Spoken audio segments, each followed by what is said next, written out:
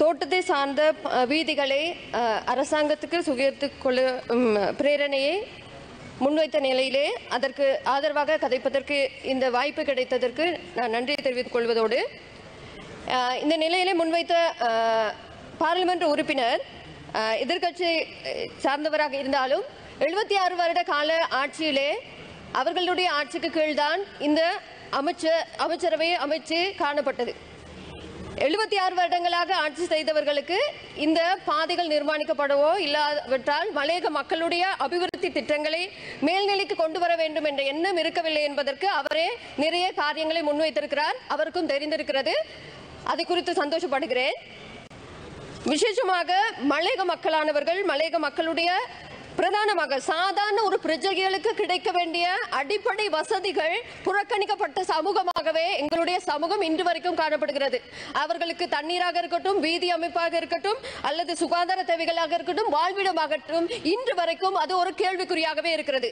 இதை குறித்து தான் நாங்கள் தேசிய மக்கள் சக்தி ஆட்சிக்கு வருவதற்கு முன்பதாக எங்களுடைய தேர்தல் களங்களில் கூட நாங்கள் அதிகமாக பேசினதற்கு காரணம், இன்று வரைக்கும் இருந்த ஆட்சியாளர்கள் தங்களுடைய அமைச்சாகவே வைத்திருந்தாலும் மலையக மக்களுக்கு ஒன்றேனும் செய்யவில்லை. அவர்கள் செய்ததெல்லாம் பாரபட்சம் காட்டினார்கள் என்பதற்கு அந்த கட்சியை சார்ந்தவர்களே வாக்குமூலம் தெரிவிக்கின்ற நிலையிலே இன்று தேசிய மக்கள் சக்தியாகி நாங்கள் விசேஷமாக மலையக மக்களுடைய அடிப்படை தேவைகள், விசேஷமாக உட்கட்டமைப்பு வசதிகளை சார்ந்ததாக இன்று கிராமப்புறங்களுக்கும் எங்களுடைய விசேஷமாக தேசிய மக்கள் சக்தியாக நாங்கள் எங்களுடைய தேர்தல் காலத்தில் சொன்னது போல தேசிய நீரோட்டத்திலே மலையக மக்களை ஒன்று சேர்ப்போம் என்பது நாங்களும் இலங்கையர்கள் என்ற உரித்தோடு அவர்களுக்கும் எல்லா சமூகத்துக்கும் கிடைக்கிற எல்லா வரப்பிரசாதங்களும் கிடைக்க வேண்டும் என்ற எண்ணக்கரை எங்களுக்குள்ளே இருந்தது. அது இந்த நாட்களிலே நடைமுறைப்படுத்தி வருகின்றோம். விசேஷமாக மலையக மக்கள் தங்களுடைய பிரதிநிதிகள் என்று கூறினவர்கள் செய்யாத விடயங்களை நான் செய்து வருகிறோம் என்பதை காட்டுவதற்காக ஒரு சில உதாரணங்களை நான் காட்டுகிறேன்.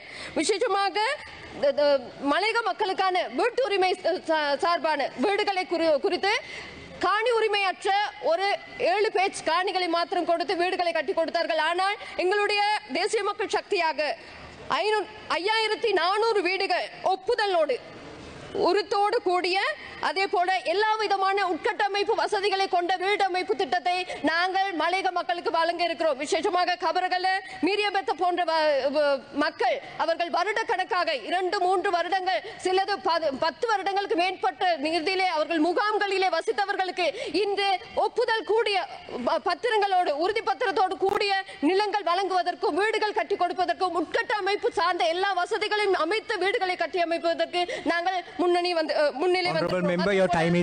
எங்களுடைய கிளீன் ஸ்ரீலங்கா அடிப்படையில் கூட நாங்கள் கிளீன் ஸ்ரீலங்காவிலே மலையக மக்களை புறம் தள்ளாதபடிக்கு அவர்களையும் எடுத்து நிர்மாணிக்கப்பட வேண்டிய விசேஷமாக அவர்களுடைய தனிப்பட்ட வீடுகள் அவர்களுக்கு அமைத்து கொடுக்கும் வரைக்கும் அவர்கள் இன்று வசித்துக் கொண்டிருக்கிற லயன் காம்பராக்களிலே நிர்மாணித்து கொடுப்பதற்கு புனரமைத்து கொடுப்பதற்கான வேலை திட்டங்களிலும் அந்த மக்களை உட்படுத்தி இருக்கிறோம். அதே போல வீதிகளாக இருக்கட்டும், பாலங்களாக இருக்கட்டும்,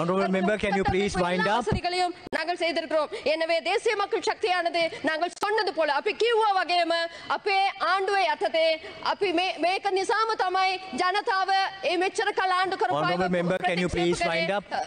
විනාඩියක් we have to economize on time. ඒක නිසාම තමයි මෙච්චර කල් ආණ්ඩු කරපු අයව ප්‍රතික්ෂේප කරලා අපේ ජාතික ජනබලවේගයෙන් ඒ මිනිසුන්ව ඒ ජනතාව ප්‍රතිනිධිත්ව කරන්න අපිව පත් කරේ. අපි අනිවාර්යයෙන්ම අපේ ජනතාවට ඒ කාරණාව නිශ්චය කරනවා කියලා මම කියමින් නියම කරනවා. ස්තුතියි.